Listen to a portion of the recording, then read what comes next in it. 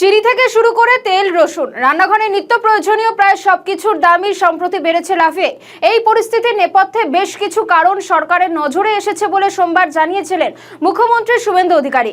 মূল্যবৃদ্ধি রুখতে তিনি বাজারে বাজারে নজরদারির নির্দেশ দিয়েছিলেন। সেই নির্দেশ মতোই আজকে সকালবেলা থেকে বিভিন্ন জায়গার ছবি এবার আপনাদের সামনে তুলে ধরবো। আপনাদেরকে দেখাচ্ছি কলকাতার বড় বাজারগুলিতে হানা দিয়েছে এনফোর্সমেন্ট ডিরেক্টরেট।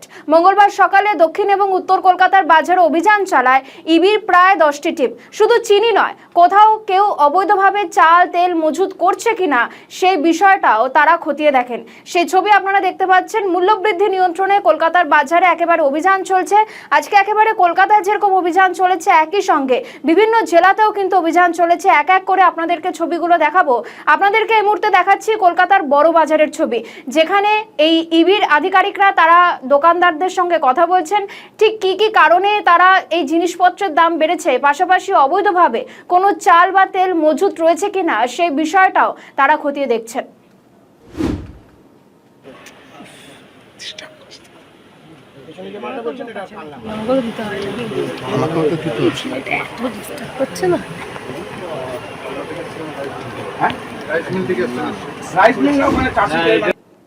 আস্তে আস্তে 70 হয়ে যাবে।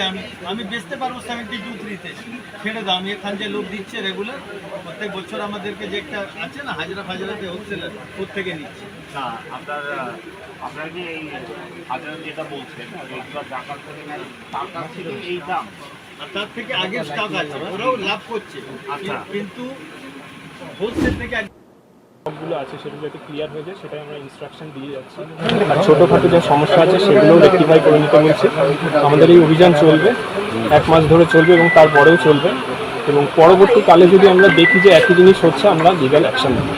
বলছি মূলত কোন কোন বিষয়গুলোর উপর বেশি মেনলি এসেনশিয়াল কমোডিটি যেগুলো আছে, মাছ মাংস দুধ চাল, ঠিক আছে, মাছ মাংস দুধ চাল, এছাড়াও নিত্য প্রয়োজনীয় যেগুলো আমাদের একদম এসেনশিয়াল, সেগুলো সাধারণ মানুষ যেগুলো ডেইলি কনজিউম করে সেগুলোই আমরা কোনো হেরফের পেলেন দামে?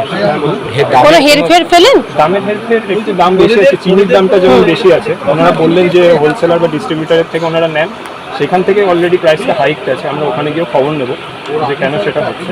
ওনাদের চালের দোকানে তো স্টক রিপোর্ট সেইভাবে দেখাতে পারলো না, দেখাতে পারলেন না। উনি বলছেন পাঠিয়ে দেবেন আজকের মধ্যে, যদি না পারেন ব্যবস্থা নেওয়া হবে। এই রিপোর্ট কি আপনারা মুখ্যমন্ত্রীর কাছে? আমরা আমাদের ডিপার্টমেন্টে দেবো, তারপর ওনারা যে ব্যবস্থা নেন। আপনার নামটা কি বলছেন এরা, কেন দাম বাড়ছে? এনারা বলছেন হোলসেলারের উপর চাপিয়ে দিচ্ছেন, আমরা ওখানে গিয়ে খবর নেব, তারপর দেখা যাক।